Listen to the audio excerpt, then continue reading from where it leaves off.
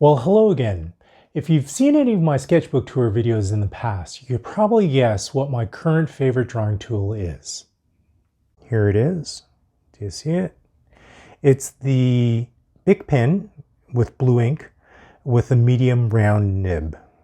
I'm not too sure if there it is. So why do I like this pen so much? Well, this pen allows me to achieve so many line weights and values from it. For example, if I put really heavy pressure on the pen, it'll give me a fairly relatively heavy line, dark line. But if I lessen the pressure, it'll give me a fairly light, finer line. And if I combine these two pressures, it'll give me a nice gradient. So my line work's going to be fairly tight. I'm going to lessen the pressure as I get to the right-hand side. Again, I'm going to layer it on this side, go back, start layering the darkness. I think for pens and trying to achieve gradients like this, it takes a bit of patience and a bit of experimenting, because you have to figure out the correct pen pressure you're applying to the paper.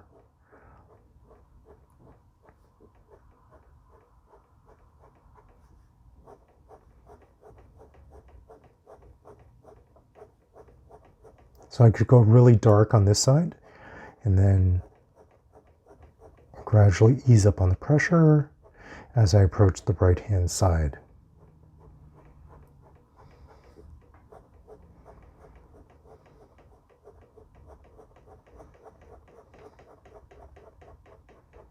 That's just a very basic gradient, a very basic way of doing a gradient.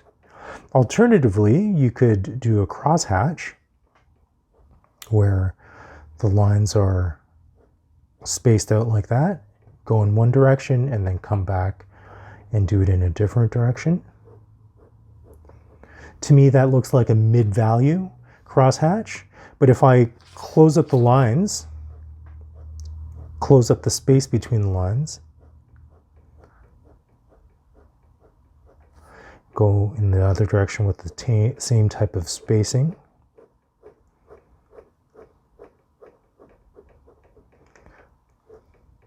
I'll get a fairly darker value crosshatch. And on the opposite end of the spectrum, if I open up the spacing between the lines,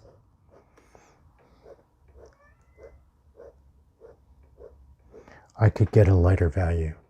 So if we put this into some kind of basic form, if we just draw a cube, let's move that down a bit.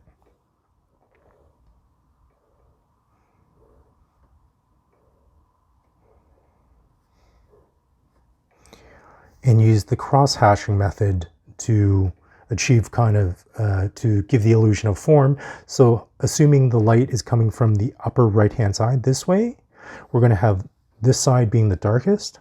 So a fairly tight crosshatch here.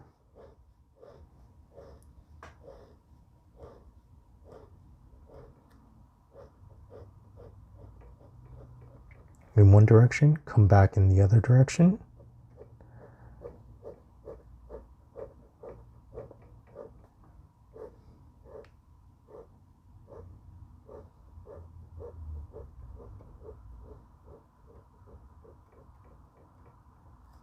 So this side is probably the mid-value. I'll be using the mid-value crosshatch because the light's coming from this side. It's not directly exposed to the light. It's sort of on the side, so it'll be a bit lighter than this side.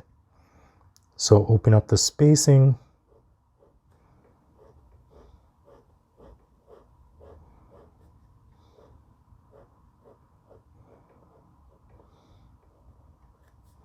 Come back this way.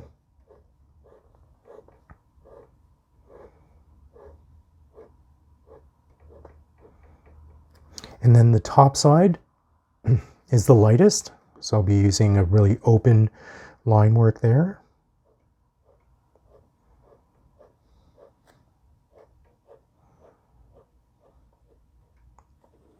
Actually, I don't have to even come back with the crosshatch. I think that establishes a really good gradation of values. Dark, mid value, and then the lightest value. So that gives you a basic idea of how you could use cross-hatching to create the illusion of form. So I'm going to show you a project that I did using this type of pen technique to create form and other types of technique as well. So the backstory to this series is that I went to the same blood clinic every Monday for 4 to 5 months, and I would often see the same plasma donors there. The common theme among these donors donating plasma is that they had a close friend or a family member who needed blood or plasma, and this was their way to give back. I thought that was a really moving reason why they repeatedly kept on coming back to the clinic. So the first donor who I sketched was Lauren. You could see in this drawing that there's a wide array of values here achieved by really, for example, underneath his collar, close line work that creates the darkest value right up to leaving areas that are white. Or in the mid range, you have a fairly open crosshatch that gives the illusion of a rounded cheek or jowl area. Next, same thing, Joey was this donor's name. Again, underneath the collar, dark value, really quick, close lines.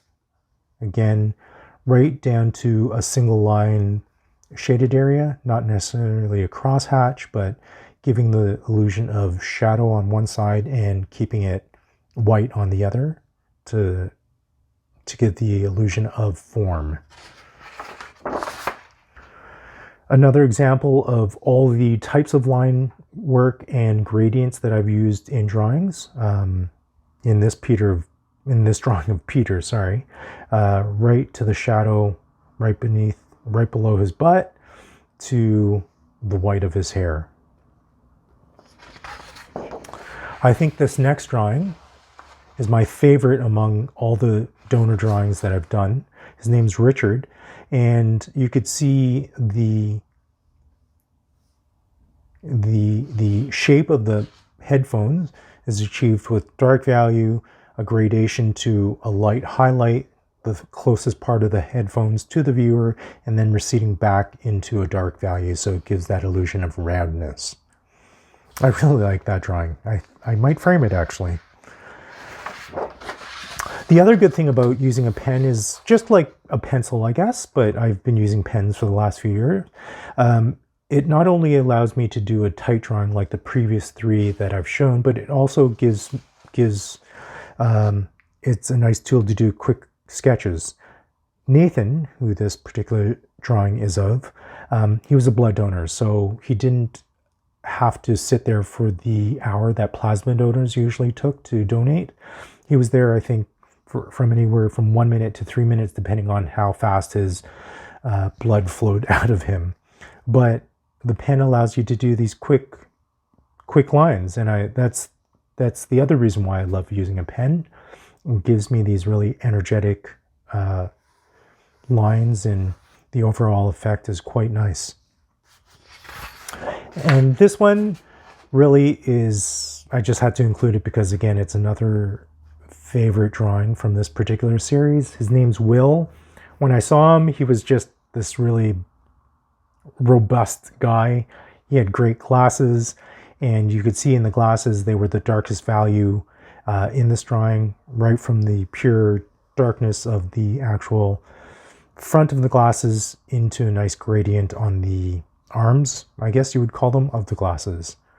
But in total, I like this drawing because it's a very graphic depiction of Will. There's a lot to be left for the viewer to fill in. So that completes my mini tour of my plasma donors from the Canadian Blood Services Blood Clinic that I went to a few years ago. If you'd like to see the full series of donor drawings, I'll leave a link in the description box below. But that's it for now. I'd like to know what you think about drawing with pen. I'd like to hear what you use to leave marks on paper. Comment below. I'd like to see what the rest of the world is using to draw. So that's it. Thank you for joining me, and I'll see you soon.